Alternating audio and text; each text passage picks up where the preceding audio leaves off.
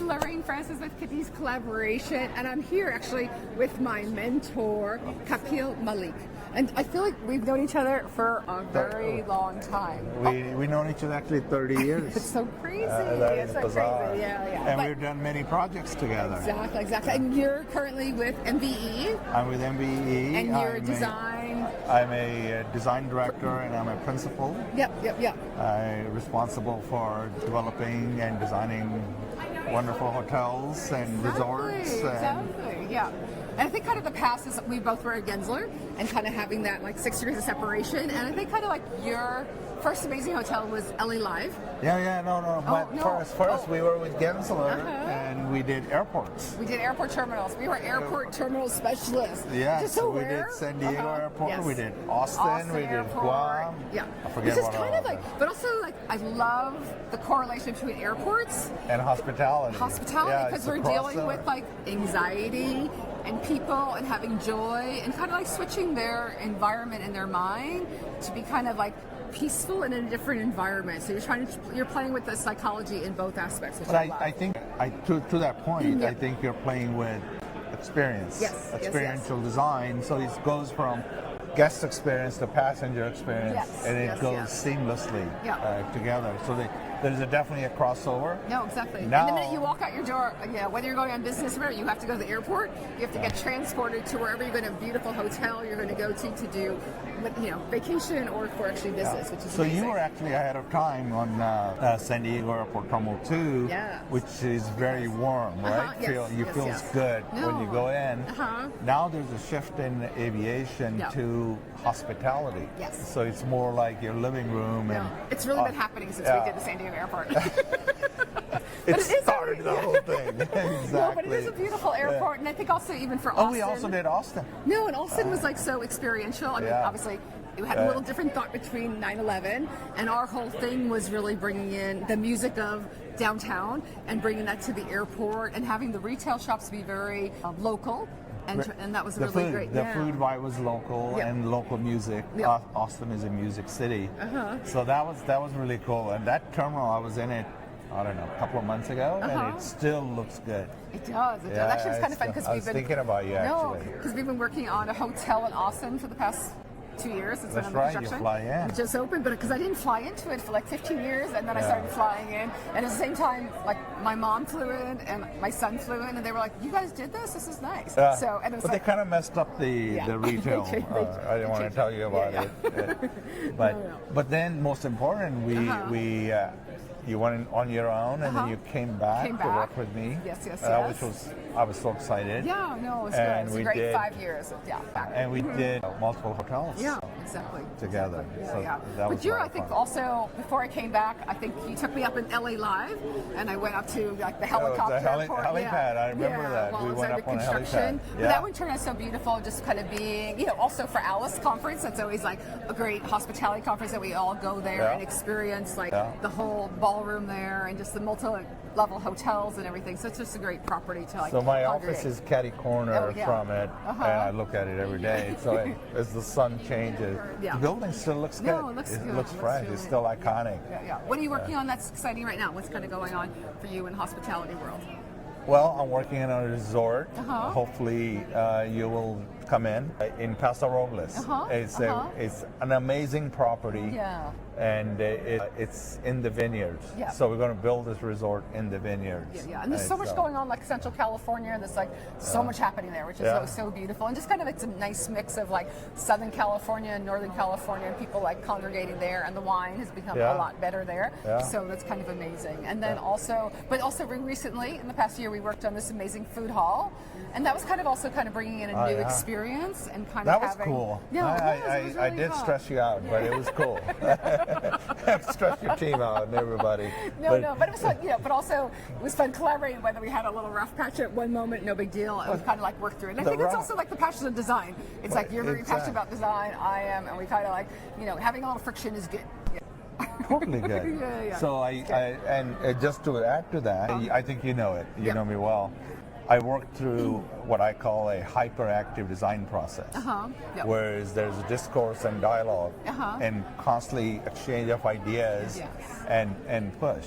So I actually like to work in that world, and this process is where you get designers, architects, interiors, consultants, and sometimes you bring outside psychologists, sociologists to the team, and it's the IP of the project, authorship of the project is with the team, not with one particular individual, right? So everybody has a stake in the project. Which I love that. I hope that gets built. I know we're kind of like a little bit on hold on that one, but hopefully that's going to get built, that food hall, and we'll kind of see how that looks. Would be cool. That would be cool, actually. No, and even just like the little restaurant, little cafe, the food hall, and just kind of, not so much the golf upstairs, but had a lot of diversity, which is actually really kind of I just landed a very large project. Oh, that's awesome. That's great. You've been hard to get a hold of, my friend. I'm here in Vegas. This is good. We're launching a YouTube channel. We got a podcast going. Lorraine's on the move. We got some good stuff going on. I can't tell you exactly where it is. I talked to you in the past, but it's big to do in next to Disney. Oh, it's cool. Cool. Yeah, we're doing some work. Looks like it's gonna move. Yeah, that's awesome. Okay, so you're at the show today. I don't really see you at HG. So, what's going on? I don't know why I'm here, but I'm here. This is my first time. Okay. Believe it or not. This is probably like 18th time. All of those times at Gensler, this is my first time here. I wanted to check it out. Yeah, no, that's good. Did you see anything great at the show today that was inspiring or anything I just got here a couple of hours ago. Okay. And then I sat through one of the talks. Yeah. Which talk did you go to? I don't even know what it was called, but it was Citizen M was there. Oh, cool. That's what interested me. Yeah. So they were talking about the Citizen M has a new program where for $12 a month you are exclusive, and then you get great rates and everywhere you go. It's really to get you. Yeah, it's like everything's turning into a subscription and everything. Exactly. So it's like deleted on your phone. I thought it was funny. $12. Yeah, that's actually an interesting number. But they were talking about that, what Citizen M is doing, etc. Yeah. Actually, I always love the Citizen M because when I first went to it in New York, just like first getting into that small, I felt like it was like going into like a Virgin first class cabin. So, but what I loved about it is because it did have the private rooftop upstairs, and it was only for guests. And that kind of made it like a special. And I also like when you check in, everyone was like an ambassador. So 1 week you're actually front desk, the next week you could be the bartender, the next week you could be housekeeping, and it really kind of brings this engagement that was really beautiful. I've never stayed at one, but I always like the public areas. Their amenities, those are all cool, and art integration is really done well, right? No, exactly. So that's what excites me. Plus the constructability is exciting. Yeah. Because I think the one even Bower Air, I think they did like modular for the bathrooms and stuff like that. Yeah. So what are you kind of seeing in front of yourself for like AI and how you're integrated into your design right now? So we're doing it. We're doing it actually on. Why are those people wearing all pink? Oh, we're still talking. We'll find out later. No. So we are. I like technology, and I like that. incorporating it into architecture. Yeah. So we are right now looking at multiple programs. So I'll tell you a funny story. I'm chasing a project in South America, and the client says, "We need you to wow us." And I kept going to him, "You need to hire us." Yeah. You need to hire me. Well, wow you. And he said, "No, you need to wow us." So I asked one of the guys, say, why don't we go in AI and let's do some schemes. Yeah, exactly. The kid shows up with 10 different options. Really cool. Good. Really out there. Yeah. And I put them in proposal. I put 4 of them in proposal, 5 of them, right? Yeah. And the guy said, and then they get on the call and say, "Do you think we can afford this?" I said, "Well, I don't know. What's your budget? You need to hire us." But I'm looking at technology. I'm looking at technology, AI in a very big way. Not only in design, but also how can we adapt to it in production through the whole. I really think it's going to be a vertically integrated system. Right. So we used to be in AutoCAD. Then we went to Revit, and everybody was like, "It's the best thing. It's like rocket science," but it wasn't. Now it's AI. Yeah, no, and exactly. I do think that this is a world of unknown. Yeah, no, exactly. And it's exponential. It is. So it really you can, if you get into it, it could be totally amazing. What programs are you using? What are you playing with? We are using multiple programs. Okay. We're using like Midjourney a little bit. We're kind of playing around with some other ones. So too. we started with Midjourney, and what I was telling you about with this kid was with Midjourney. But if I talk to him, yeah, Kap, we get Midjourney, this is that, and this is that, and it's all over my head. Yeah. And I just pretend like I know I know this stuff. Good. Okay, you have to text me his number. I'm going to call him. He's, you know what? I lost him. Oh, okay. Because I could, as a firm, we were not out there enough for him. Exactly. Couldn't support him. Yeah. So he went to Dubai and he's working on the Cube. Okay. In Saudi Arabia. Are you familiar with the Cube? Yeah. The whole city. He's working on that. Oh, that's cool. Cool. He's probably just AI all day long. That's all day long. He wants to. That's what he wants. Yeah.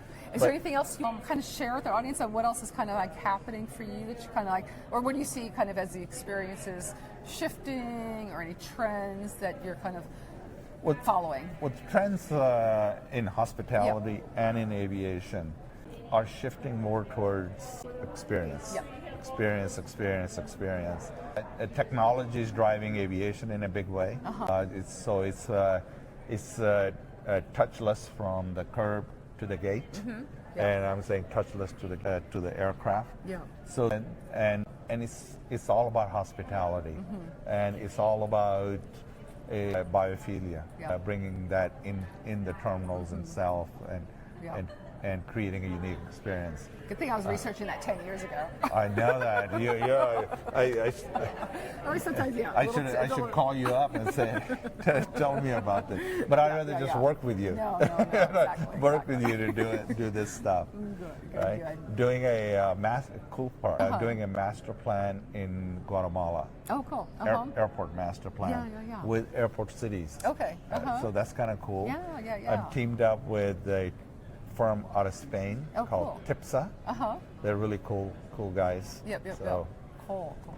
I know it was actually, I was just in Spain, so it was just kind of like, I don't know, just stopped at tons of beautiful little hotels, and they were just really great to see them like on the ground rather than see. Did you see the Gaudi stuff? Yes, I saw all the Gaudi stuff. I saw all the Calatrava stuff. So it was really just great to see all of that. Do you have a favorite hotel you stayed at that you love? Amangiri. In Delhi. Oh, in Delhi. Okay. And then there's another hotel. I'm gonna forget the name, but it's in Jaipur. Okay. And it was the palace for the king. They converted it into a hotel, and I stayed in the prince's suite. That's awesome. I was in his room. I was looking at it. But it's also like a once-in-a-life experience. Like sometimes you can never get into that place until they actually decide to convert it into a hotel, and then you get to see this, and then you get to feel this history that was there once. So it was so funny. So we arrived, and we're going to go up a stair. And there's all of a sudden these Indian ladies standing on the top with rose petals. And they're throwing rose petals. And I'm like, oh man, I'm feeling way too special. The prince and princess are coming. Totally. Yeah, but those are kind of like special moments. I remember, for me, it was actually kind of, I did this 50-mile trek over the Salcantay Pass to Machu Picchu. And then after that, I went to the Sacred Valley, and I stayed in a luxury collection. And I remember walking in after like hiking for 50 miles for 5 days, and it was like I had like a little bag, and then I sat down and had this like, I think it was alpaca burger and like this glass of champagne, and it was just so joyful. And I think it's kind of like an accomplishment and something like, kind of being in a tent to being in a luxury hotel and being able to like always cross those over, which I love. So cool. I was thinking about you the other day. I'm chasing Atlantis. In Hawaii. So Atlantis, you and I did together at Palm Island. We went after that, right? And I was looking. I was sending the client. I was looking at all of that stuff. I said, "Oh, this is Darlene and Lorraine did this." That was a fun competition. So we should have won. We should have won. But the solution that was there is really cool. But I think also like those opportunities for both of us are really, even just being in a competition, and even if you don't win it, and you get to explore that. So I think that's always been the beauty of you pushing design and you kind of engaging a team and really rallying a team to kind of do beautiful work. So I appreciate that. Thank you. But we have a new podcast coming out called Elevate Hotel Design. So I think we should probably in a couple of months tour something and do a little podcast Let's together. talk. Yeah. That would be fun. Cool. Let's go do our project. Okay, good. Yeah.